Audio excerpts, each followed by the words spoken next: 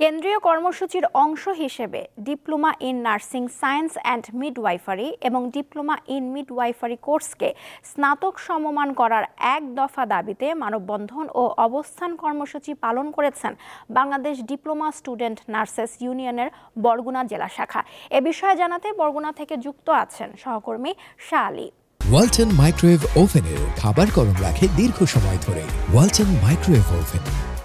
শালী, আন্দোলনকারীরা তাদের এক দফা নিয়ে কি বলছেন এবং এ কারণে হাসপাতালে রোগীর সেবা দানে কোনো বিঘ্ন ঘটছে কি? আসলে যেমনটা জানতে চাচ্ছেন যে বরগুনায় আমরা দেখেছি যে সকাল 10টায় বরগুনা প্রেস ক্লাব চত্বরে 3 বছরের যে নার্সিং ইনস্টিটিউটের যে শিক্ষার্থীরা তারা কিন্তু এক দফা দাবিতে মানববন্ধন কর্মসূচি এবং পাশাপাশি তারা কিন্তু অবস্থান কর্মসূচি করেছেন এবং সেখানে প্রায় 2 ঘন্টা ব্যাপী তারা এই আন্দোলন করেছেন এবং সেই আন্দোলনকে উপেক্ষা করে তারা এখন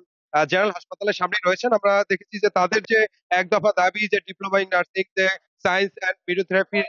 যে ডিপ্লোমা রয়েছেন সেই কোর্সকে স্নাতক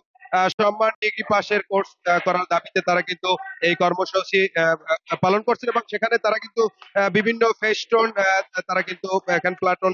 দিয়ে তারা এই আন্দোলন সংগ্রাম এবং সেই অনুযায়ী তারা আমরা দেখেছি যে সকাল 10টা থেকে এখন পর্যন্ত তাদের এই অবস্থান কর্মসূচি নিয়েছেন এবং তারা বলেছেন যে কেন্দ্রীয় কর্মসূচির অংশ হিসাবে এবং এই যে বাংলাদেশ ডিপ্লোমা স্টুডেন্ট নার্স ইউনিভার্সিটির যে বরগুনার যে শাখা রয়েছেন যিনি এখানে সমন্বয়কের দায়িত্ব রয়েছেন তিনি যারা বলেছেন যে নার্সদের পাশাপাশি নিয়োগপ্রাপ্ত যে নার্সদের পাশাপাশি তারা যে এখানে সাধারণ জনগণদের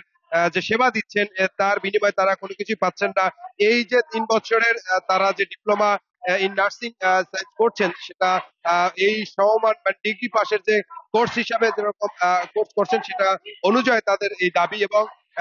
যতক্ষণে এই দাবি না মানা হবে ততক্ষণে তাদের এই আন্দোলন চলবে এবং এই আন্দোলনটা তারা কিন্তু এর আগেও করেছেন এবং জেলা প্রশাসক বরাবর তারা এখানে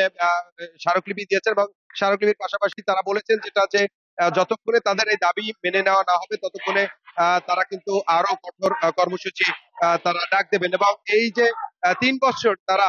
যে কোর্স করছে সেই 3 বছর তাদের অনেক সময় লেগে যাচ্ছেন। এই ছিল বরগুনা থেকে আমার কাছে সর্বশেষ তথ্য।